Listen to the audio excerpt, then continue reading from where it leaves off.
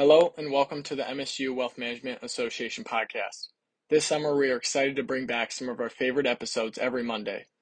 We hope you are having an amazing summer and expect new interviews for our next season, Season 9, in September as the school year begins.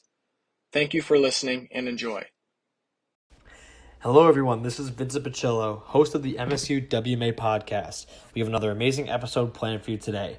We recently had Stephanie Trexler. Stephanie is the CEO and financial advisor at her new firm called Goose Wealth Planning. She's also the FP of Michigan President-elect. And in this episode, she talks about her experience with financial planning, the founding of Golden Goose, and so much more. Stay tuned.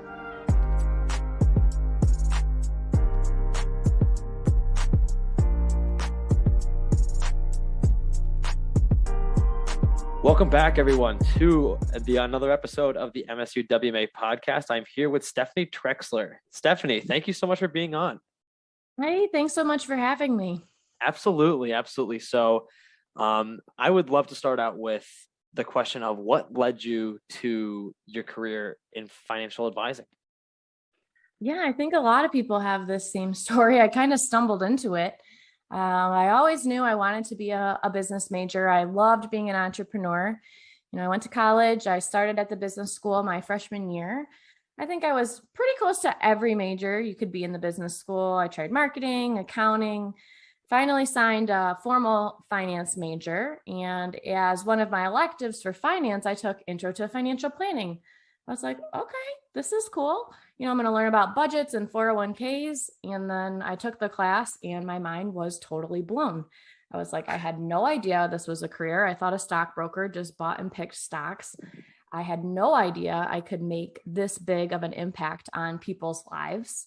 And my teacher for that class happened to be the capstone teacher for the financial planning program as well, was just awesome. And the rest is history. I love everything that this career can offer. I love that we can, as advisors, be a trusted person in people's lives. And I love the flexibility that the career offers. Absolutely. No, that's so cool. So can you go in a little deeper into that? Like, what do you describe the flexibility of this job? Can you go a little bit more in depth in that? Yeah, I think there's just so many different career paths. You can be a solo advisor and, have more of a lifestyle practice, or you can go run one of the biggest, Morgan Stanley offices and work 1,000 hours across the country. Yeah. And especially for women or, men or people that want to have families, you can kind of dial up and dial down your career depending on where you are in life. And not a lot of other careers offer that. And I just think that's so cool. No, that's super awesome. And speaking of flexibility in careers, so obviously you just created your own business recently, Golden Goose Wealth Planning. So what goes into creating a new firm? What's the kind of work? What are the logistical nitty-gritty stuff? Because I'm super curious to hear about that. Yeah. Lots and lots and lots and lots of hours. I was fortunate enough to launch with XY Planning Network. And so they do have a ton of tools and resources to help you get started. It was a ton of planning on the front end. I was lucky enough in my master's program at Kansas State. They have a master's for financial planning. And one of my course projects was to create a business plan. So I went through and, who's your target audience? What does your ideal business look like? What does your ideal client look like? What do you want to specialize in? So before you can even get into the branding and the naming and all of that stuff, you have to figure out who is your ideal client. Yeah. And after sitting with that, you can kind of figure out the direction of how you want to structure your business. I love the holistic financial planning idea. I have no desire to manage portfolios day in and day out and chase alpha, beta, gamma, delta. That's not my thing at all. I want to help people save for the future and be financially secure. And XY, I love being part of a community. And so XY did a great job at, offering support, coaching. They helped with my all the compliance documents, getting your ADV set up, getting registered with your state, and everything like that. So, yeah, that's the gist of it. Cool. So XY essentially helped you do a lot of the logistical stuff that a lot of people would have to go through if they were to just do it on their own, right? Is that kind of accurate? Right. Yeah. So Okay. XY, I should rephrase it. It lays the framework, and then it's up to you to kind of pick the pieces, put the pieces together and move along through the process. No, that's super, super cool. Okay, that's sweet. So in that regard, so you said that you don't like doing a lot of the like it sounds like the analytical stuff, like when you said like the alpha, beta, gamma, stuff like that. So Yeah. so do you view yourself then more as a planner or a coach or both, or what do you think? Definitely a planner. Okay. I like to be involved in not only their financial picture, but their, entire lives. Yeah. When clients are starting a family, entering retirement, how can you provide sound financial advice if you don't know everything that's going on or what your Right. future plans are or what your dreams are? I'm a huge believer, and it's one of my core values of my firm. If you can dream it, you can do it. I think we watched too many clients, and our grandparents' generation, they worked for retirement and didn't live in the meantime. And so one of my big things around my firm is how can we help you achieve your dreams along the way while saving for retirement? Because in reality, retirement isn't promised, Mm-hmm. right? And That's right. so, Sweet. No, that's yeah. super, super cool. So describe a day in your life. What does a typical day look like? What are the ins and outs? What's your schedule like? Yeah, no 2 days are the same. Owning your own firm, you wear every hat. So you're the director of marketing, you're the director of new business, you're the director of compliance, you're the head chief investment officer. Plus, you get to meet with clients. So I do a lot of time blocking and, have my compliance time. I say, okay, this is how much I want to put toward marketing, spend on social media, getting going. And the launch back in January, it was a lot of just back to back to back meetings and being in front of people. Yeah. Launching a firm during a pandemic had its own challenges. So I felt like I was on the computer all day long, just, networking, connecting with people, and trying to be present on social media. Yeah, absolutely. So what do you think is kind of your strategy to get more clients in that regard? Yeah, what does that look like? Right now it has just been word of mouth, trying to, put content out that is relatable to people. I will be honest, writing is not how I want to do things. So Mhm. I like to be out about in the community, just continue to have a presence on social media. Yeah, And so, the old school like drip marketing where they don't need you today, but once a life event happens, be the person that you think of. yeah, And yeah, COVID, I'll be honest, a lot of people ask me that question. It's made it really, really challenging, but mhm. I'm looking forward to be able to be out and about. And the other day I went to the bank and had to get some money out for the first time, went, in person and talked to the bank teller. And she was like, "Oh, are you going back to work?" I was like, "Oh, well, I'm my own boss." Like, kind of made a little joke about it. I don't have to go back to the office. She's Right. like, "Oh, what do you do?" And I was like, "Oh, I'm a financial advisor." She's like, "Really?" I was like, "Yeah, I own my own firm." She's like, "I'm looking for a new financial advisor." So just Gotcha. doing things like that and being out and like people are my thing. And Nice. once we can finally get over this COVID hump and we can be back out and about, I'm hoping to, marketing kind of will take care of itself a little bit more. No, that's great. That's really, really cool. Now, on a lot of past episodes, I'm kind of sidetracking a little bit, but on a lot of past episodes, Mm-hmm. we've had people who've owned their own kind of individual firm. Mm-hmm. They take a very specific kind of marketing strategy. They appeal to a certain type of clientele. Like, Mm-hmm. do you have a certain clientele that you appeal to, or is just kind of everyone? Mm-hmm. I think everybody jokes when you launch your firm, you'll take about just about anything that Yeah. meets your bare Yeah, minimum yeah, sure. requirements. Yeah. No, but I really enjoy working with, the Henrys, the people that are in that transitional stage of life where, they have that high income, maybe they've started their families, but they don't know how to save and what they need to be doing for retirement. I've also always just really gravitated toward, those widows that, their husbands were always in charge of the finances, and then they are, all of a sudden left one day to pick up the pieces. Yeah. Traditionally, a lot of advisors don't have the patience to want to sit on the phone and do the transfers. And I love helping and I love working with those kind of people. I get to kind of play that role of, I'm a caregiver by nature, that caregiver personality, while also being able to give financial advice and coach them along. Definitely. That's super, super cool. So what are some of the, so kind of going off that, what are some of the strategies or the ways that you best communicate with your clients to prepare them for a stable financial future? Yeah. Well, I've learned first knowing your client and how they learn best. Yeah. Some clients want the full market update, and I've also, sat in meetings and watched clients' eyes glaze over because they don't care about, they just want to know, am I good? Yeah. And so I really try to be cautious on knowing my audience and adapting to the situation. Is this client visual? Do they just want to see my face the entire time on Zoom, or do they want to walk through the charts? Do they want to walk through this part of the financial plan? Right. Okay, they saw the financial plan. Do they want to see the cash flow numbers and the numbers in Monte Carlo that support that? Yeah. So I think first figuring out your client's personality and how they learn best is key.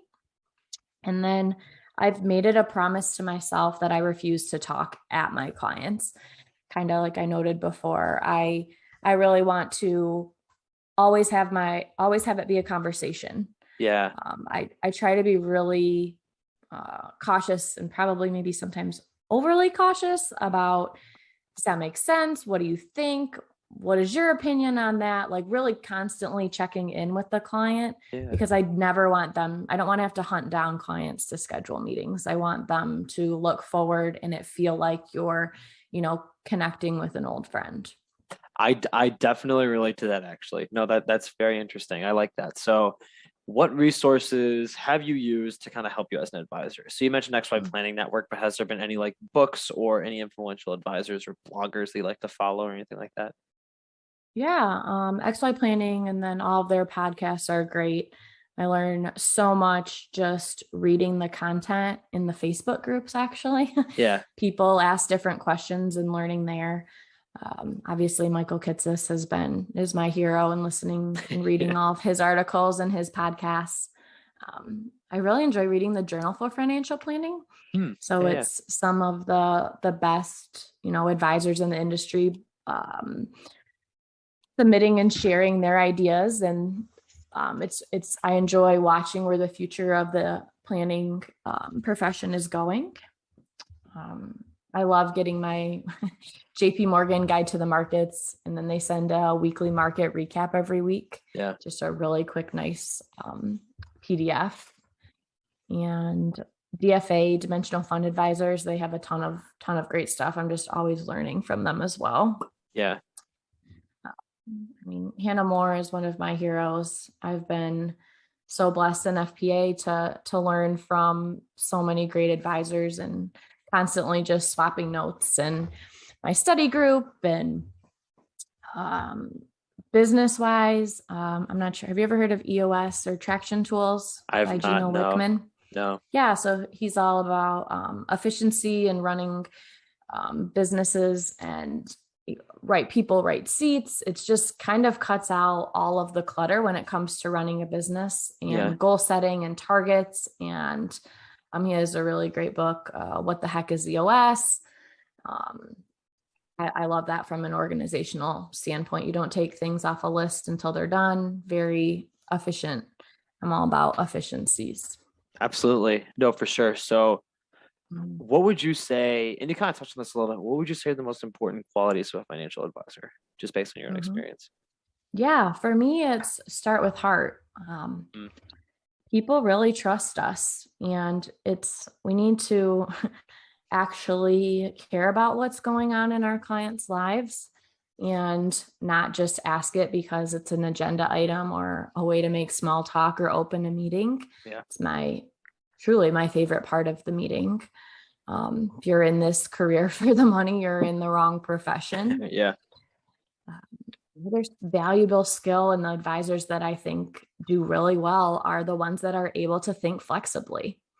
So no two clients' personalities are alike. I think we kind of touched on that earlier. You need to be able to adapt to who you're talking to, and neither are their financial situations. You could have that widow that, just has an IRA and you just have to help her, take out RMDs, or you have that business owner that is growing a business, selling a business, has kids going to college while they inherited a huge amount of money, all while trying to, start a donor advised fund.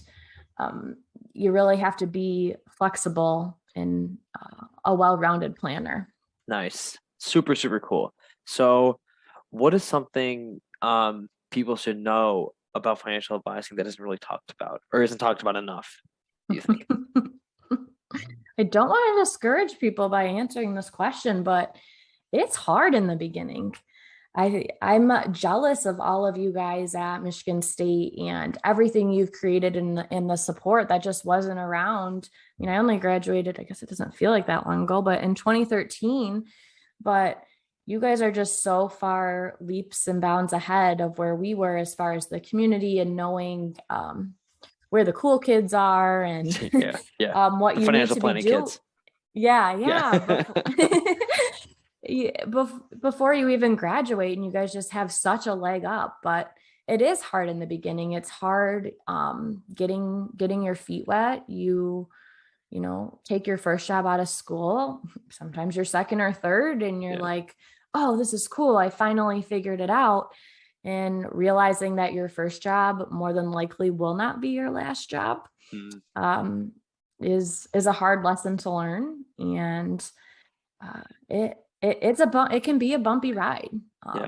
But if you're willing to stick with it, it's worth it.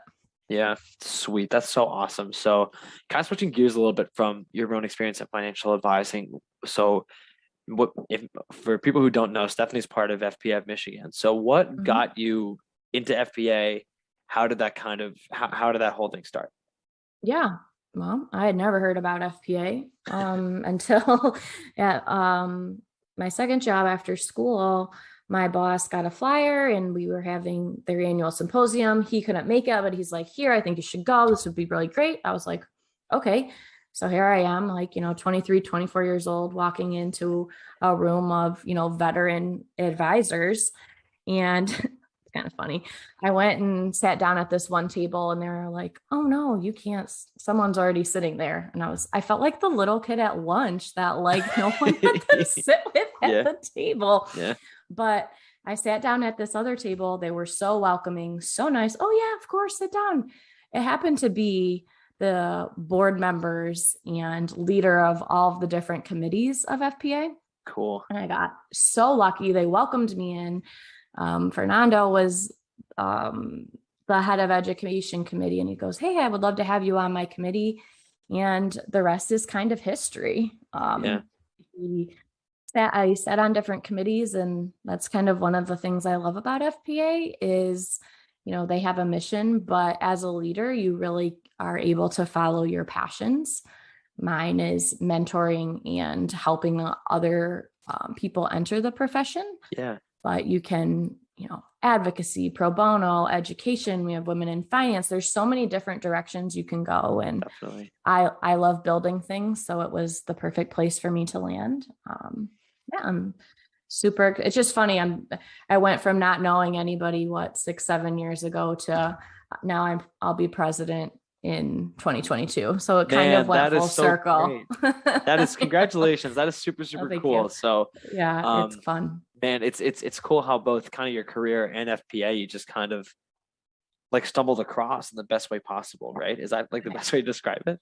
Exactly. I mean, just keep doing the right things and keep showing up and good things will happen. Yeah, no, I mean, I can definitely advocate for that. That's definitely. Okay. So what is your advice for passing the CFP exam? Yeah, I love talking about this. Yeah. So this is a test you have to give it your all. It's the no excuses test. It's okay, if I'm going to take it in November, that means I start studying in July. every day, no BS. When I decided to take it, I was going to sit for it in November.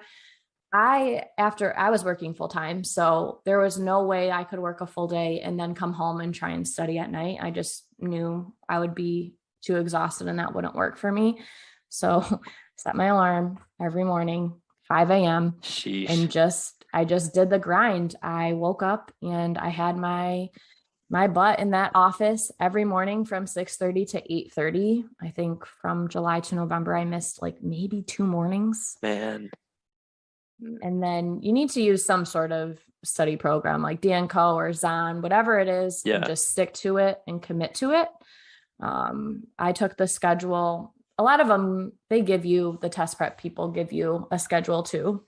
To use, but I broke it out and said, okay, I wanted to be done through all the pre-study, however many weeks before my live class. So, okay, I have this many weeks to do a state. And I like made it an all day week long event on my work calendar. And I just kind of backed into it that way. And so if I woke up every morning and was disciplined, I still could go to dinner with my friends on a Friday, as long as I was caught up on my studying. And that made it a little bit more bearable. Yeah. And some people might disagree with this, but I did not move on to the next section, whether it was a lesson, a unit quiz, a practice test, until I got 100% on every single one. Gotcha. And I don't think a lot of people do that. I think they, reread their answers and move on to the next thing. Right. And I just did not move forward, even if it meant going over a section 2 or 3 days until I knew it inside and out. Yeah. And I think that really can be a game changer. I also, while I was studying, created what I call a brain dump sheet. So every time I sat down to study, I took an 8.5 by 11 and just wrote out like the rules, the principles, and all of, the short little acronyms for that, so that I was practicing it every time I wrote it down. But when you get into that test, I was so nervous. I couldn't even eat breakfast. I was like literally crying in my kitchen. I'm like, this is the hardest thing I've ever done. And so you start to question yourself. And when I got into the test, I had written that brain dump over, how many times I had written it? Hundreds of times. Yeah. So I went into the test and they give you that scratch piece of paper. And I just started writing down, just for that confidence that I had. If I ever had a question, I could refer back to it. Yeah. And that really helped me. Absolutely. That really, really good to know. It's interesting how I never heard the site tip before, where you make sure that you get 100% on the section before moving on to the next thing. But that makes a lot of sense, because then you're able to go back and review everything and make sure that and it actually, looking back, my piano teacher, when I took piano lessons, that was a long time ago, but she did a similar thing. She said that you have to make sure that you do it perfect 3 times before you move on to the next chord. So it's kind of a similar thing. It's like the idea of repetition, right? Like repetition go a long way. That's super interesting. And making it stick. Yep. Yeah, exactly. So going off that, what is something you would tell someone considering financial planning? Like what do they need to know?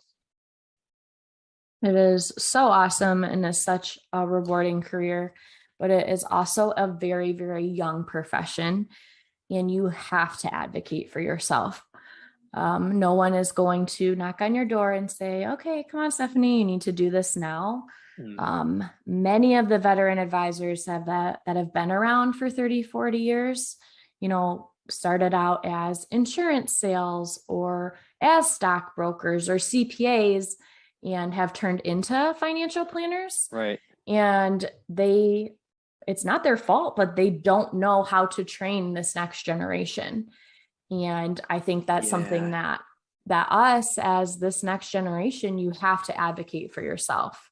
If you see something, you need to ask and get involved in the profession and meet as many people as you can. Yeah.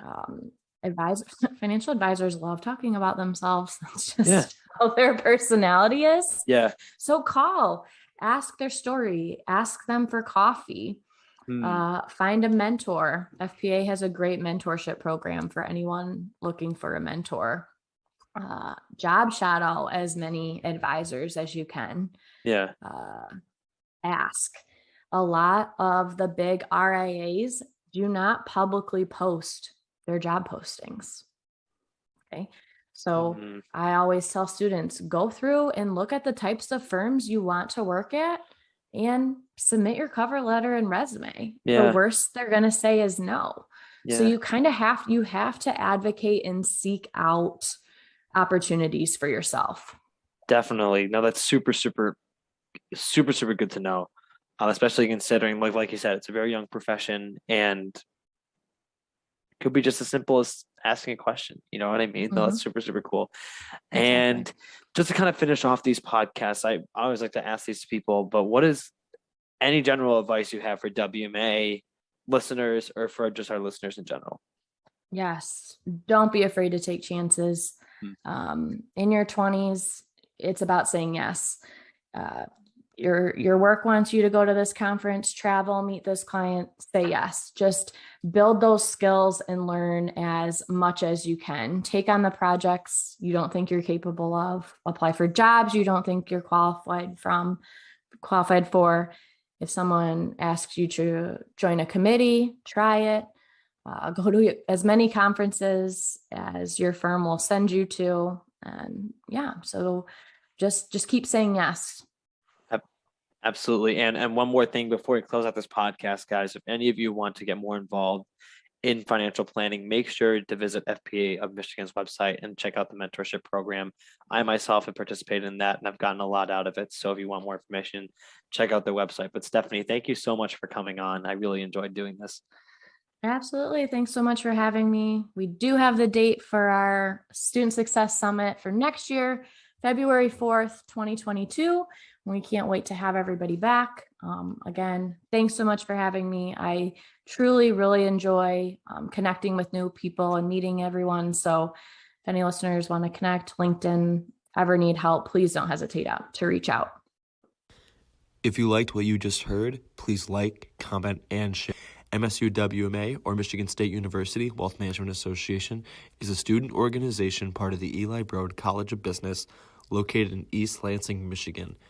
Our mission is to inspire and educate the next generation of financial planners. Thank you for listening to today's episode. If you enjoyed it, please check out our channel on all platforms such as Spotify and Apple Podcast, and check out our social media at MSU-WMA and MSUWMA.com.